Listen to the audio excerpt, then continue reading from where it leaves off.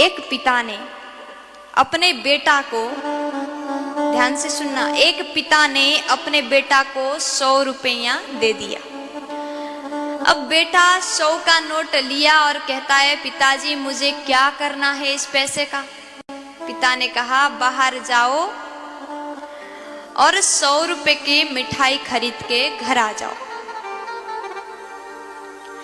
और बेटा गया, जैसे बाहर निकला गाड़ी में बैठ के चला गया। थोड़ा दूर जैसे पहुंचा, एक जगह भीड़ लगा था और वहां जाके जैसे देखा तो उसको भी देखने का मन हुआ कि यहाँ क्या हो रहा है, मुझे देखना चाहिए। गाड़ी से उतरा और वहां जाकर के देखने लगा।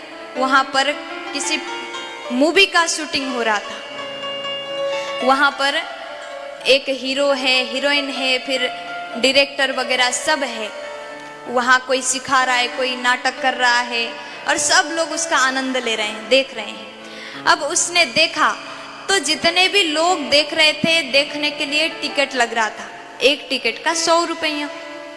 फिर बेटा ने सोचा, इतना बढ़िया चीज देखने को मिल रहा है, ये 100 रुपया दे देता हूँ। वो पैसा वहां दिया और फिर बाद में दुकान के रास्ते से जा रहा था, दुकान पूरा बंद हो गया था। फिर उसके बाद घर गया, पिताजी ने कहा, बेटा मिठाई दो।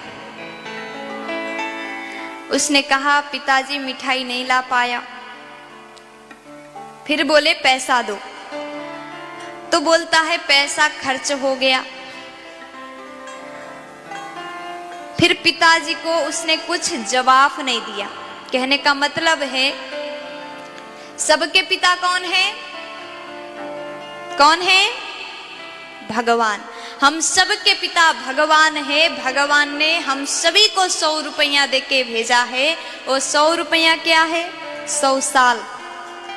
100 साल का आयु दिया और कहा कि बेटा पृथ्वी में जाओ और कुछ कमा के कुछ लेके आओ, अच्छा काम करो करके भेजा। लेकिन हम यहाँ आए, संसार रूपी नाटक को देखा, जैसे देखते हैं तो यहीं पर फंस जाते हैं और अपना 100 रुपया यहीं पर खर्च कर देते हैं। 100 साल उसी नाटक पर झूमते हैं, नाटक को देख करके खुश हो जाते हैं।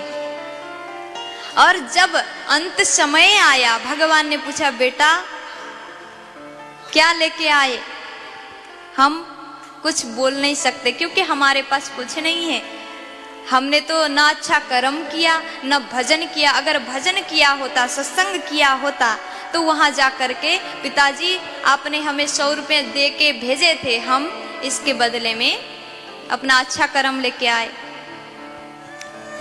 अगर आपको जवाब देना हो भगवान को तो अभी भी 100 रुपए में 50 रुपए तो बचा ही होगा। प्यार से बोलो।